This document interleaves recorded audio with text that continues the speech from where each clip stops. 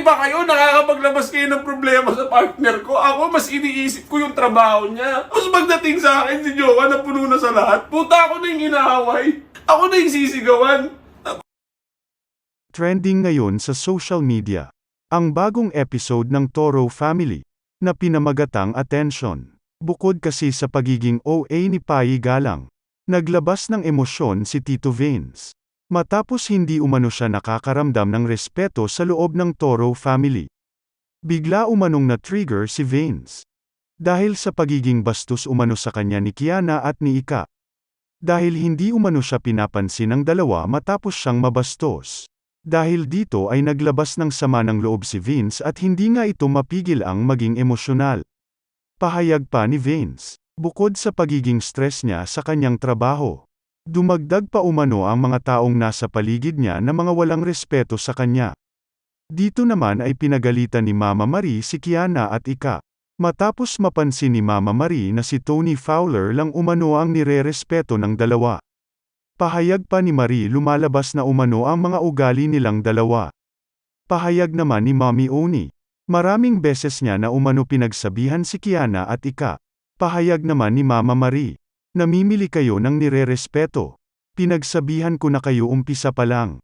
Sanay katawan nyo na kay Tony lang kayo rumerespeto. Sa akin na nagbubunganga sa inyo.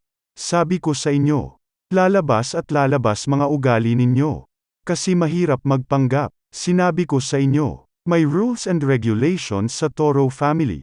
Ayaw nyo maniwala. Pahayag naman ni Vince, hindi umano siya nang lilimos ng respeto.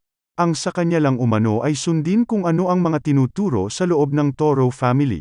Kasi yun umano ang rule ni Mama Marie at Mommy Oni. Pahayag ni Vince, biglang lang bumalik sa akin lahat. Yung ginawa sa akin ni Tyronia kagabi. Alam mo nyo sobrang sakit noon. Yung nangyari kagabi, pero hindi ko piniling ikwento kay Jowa. Kasi nagtatrabaho siya. Buti pa kayo nakakapaglabas ng problema sa partner ko, ako mas iniisip ko yung trabaho niya.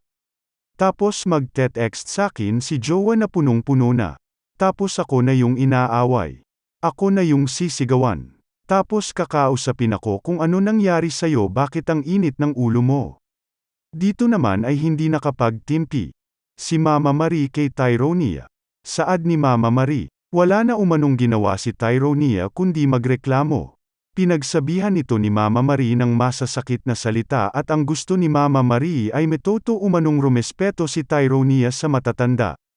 Lalo na sa mga nag-aalaga sa kanya.